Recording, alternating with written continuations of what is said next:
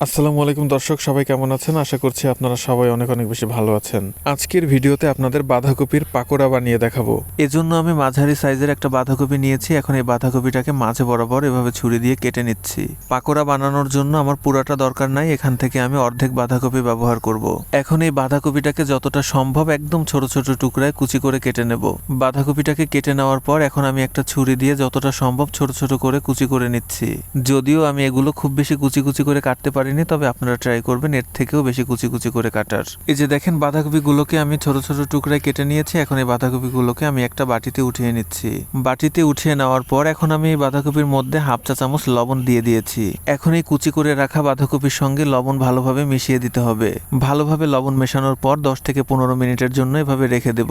এভাবে লবণ মিশিয়ে রেখে দেওয়ার কারণে বাঁধাকপি থেকে এক্সট্রা পানি বের হয়ে যাবে। এখন এভাবে হাত দিয়ে চেপে চেপে বাঁধাকপি থেকে এক্সট্রা পানি বের করে নিতে হবে। এভাবে বাঁধাকপির পানি বের করে নিলে পাকোড়া থেকে বাঁধাকপির কোনো গন্ধ আসবে না। এভাবে লবণ মিশিয়ে রাখার কারণে এই বাঁধাকপিগুলো কিন্তু অনেক বেশি নরম হয়ে গেছে।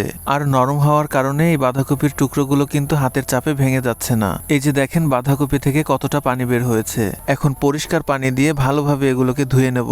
আমরা যে বাঁধাকপির সঙ্গে লবণ মিশিয়ে রেখেছিলাম, এই পরিষ্কার পানি দিয়ে ধোয়ার কারণে এর এক্সট্রা লবণটাও বের হয়ে যাবে। পানির মধ্যে কিছুক্ষণ রেখে আবারও হাত দিয়ে এভাবে চেপে চেপে এই বাঁধাকপিগুলোকে উঠিয়ে নিতে হবে। এখন এই বাঁধাকপির মধ্যে আমরা প্রয়োজনীয় মশলা অ্যাড করব। এজন্য প্রথমে দিয়ে দিয়েছি 1 টেবিল চামচ পেঁয়াজ কুচি, এরপর দিয়ে দিয়েছি হাফ টেবিল চামচ কাঁচামরিচ কুচি, এরপর দিয়ে দিচ্ছি 1 টেবিল চামচের মতো ধনিয়া পাতা কুচি। এখন এর মধ্যে দিয়ে দেবো বেসন। এখানে আমরা 3 চামচের মতো বেসন ব্যবহার করেছি। পাকোড়াগুলো যাতে মুচমুচে হয় এজন্য এর মধ্যে দিয়ে দিচ্ছি 1 চামচ চালের গুঁড়া, তবে এখানে আপনারা কর্নফ্লাওয়ার অথবা আটা ময়দাও ব্যবহার করতে পারেন। এখন দিয়ে দিচ্ছি 1 চা চামচ শুকনা মরিচ বাটা। এখানে আপনারা আপনাদের টেস্ট অনুযায়ী ঝাল ব্যবহার করবেন। যাই হোক, এখন দিয়ে দিচ্ছি 1 চামচ জিরা বাটা আর 1 চামচ ধনিয়া বাটা। এরপর দিয়ে দিচ্ছি 1 চামচ চাট মশলা আর 1 চামচ হলুদের গুঁড়া। এখানে আমরা যতগুলো বাটা মশলা অ্যাড করেছি আপনারা চাইলে এগুলো গুঁড়াও ব্যবহার করতে পারবেন। এখন আমাদের লাগবে ডিম, এজন্য আমরা এর মধ্যে দিয়ে দিয়েছি একটা ডিম। এরপর দিয়ে দিচ্ছি হাফ চা চামচ গোলমরিচের গুঁড়া আর স্বাদ মতো লবণ। এখন এই সমস্ত মশলাগুলোর সাথে বাঁধাকপিগুলোকে হাত দিয়ে ভালোভাবে মাখিয়ে নেব।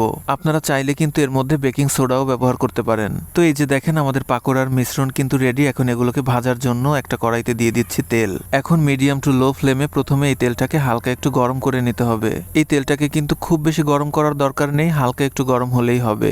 এখন এক এক করে গরম তেলের মধ্যে এই পাকোড়াগুলোকে ভেজে নেব। আর এই পাকোড়াগুলো ভাজার সময় চুলার ফ্লেম কিন্তু একেবারে লো করে রাখতে হবে।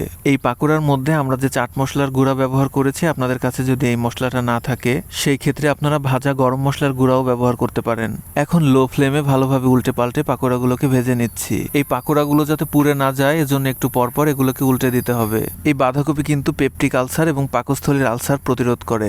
এছাড়াও এর মধ্যে থাকা ফাইবার হজমে সাহায্য করে। তাছাড়াও যাদের কোষ্ঠকাঠিন্য আছে তাদের জন্য বাঁধাকপি কিন্তু বেশ উপকারী। বাঁধাকপি খেলে কিন্তু পেট ফাঁপা এবং বুক জ্বালা পোড়ার অনেকটা উপশম পাওয়া যায়। এছাড়াও বাঁধাকপি কিন্তু রক্তের শর্করা অনেকটা কমিয়ে দেয়, যার ফলে ডায়াবেটিস হওয়ার ঝুঁকি অনেকটা কমে যায়। এদিকে এই যে দেখেন আমাদের বাঁধাকপির পাকোড়া কিন্তু একদমই রেডি। আশা করছি আজকের এই রেসিপিটা আপনাদের কাছে ভালো লেগেছে।